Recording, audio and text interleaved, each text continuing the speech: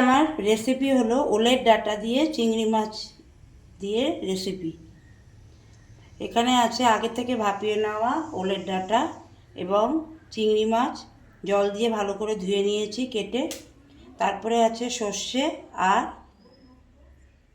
নারকেল বাটা, এই 3 চামচের মতন, আর অল্প একটু পেঁয়াজ দেওয়া হয়েছে।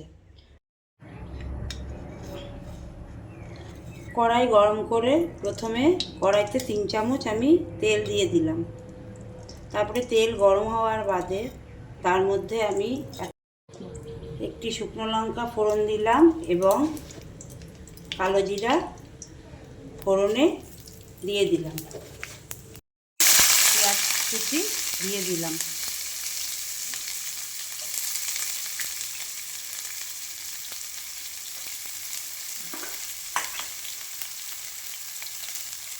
পেঁয়াজ কুচি দেওয়ার পরে সামান্য একটু লবণ ওর সাথে আমি যোগ করব, যাতে পেঁয়াজটা সহজে নরম হয়ে যাবে।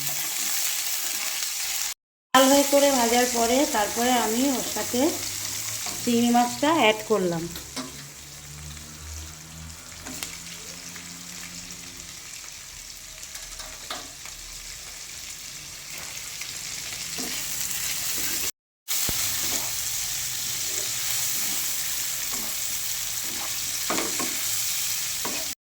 প্রায় আধা চামচের মতন আমি হলুদ দিয়ে দিলাম।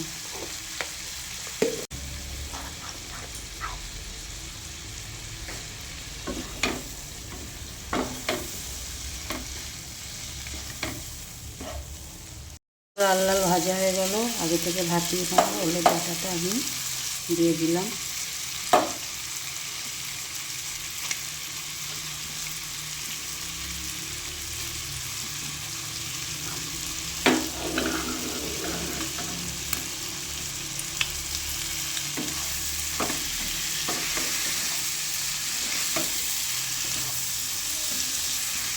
ওলের ডাঁটাটা দিয়ে আমি আরেকটু লবণ এবং হলুদ তাতে যোগ করলাম।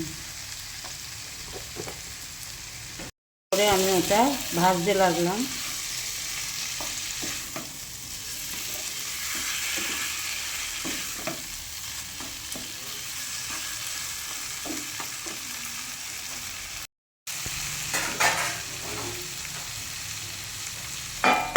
পাঁচ সাত মিনিটের মতো ঢেকে দিলাম।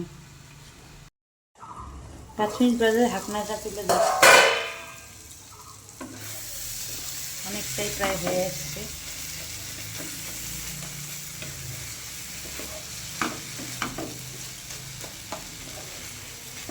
খুন্তি দিয়ে একটুখানি ভালো করে চেপে চেপে দিচ্ছি।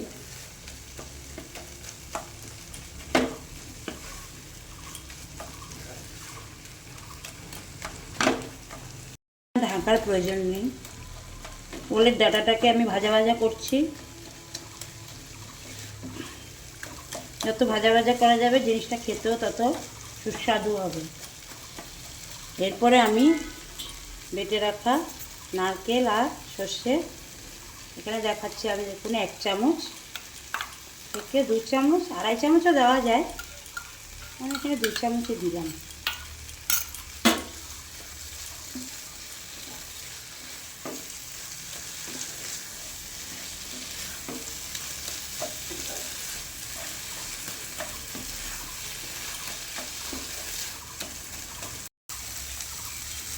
সামান্য একটু মিষ্টি যোগ করলাম, দুটো কাঁচা লঙ্কা ভেঙে দিয়ে দিলাম।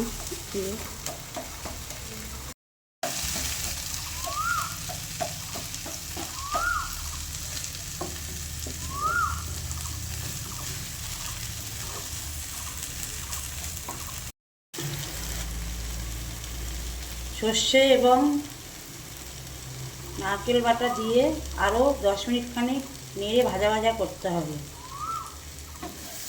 এক্ষেত্রে যত জলটা টেনে যাবে ততই খেতে সুস্বাদু হবে। এবার আমি এটা একটা প্লেটের মধ্যে সার্ভ করে দিলাম।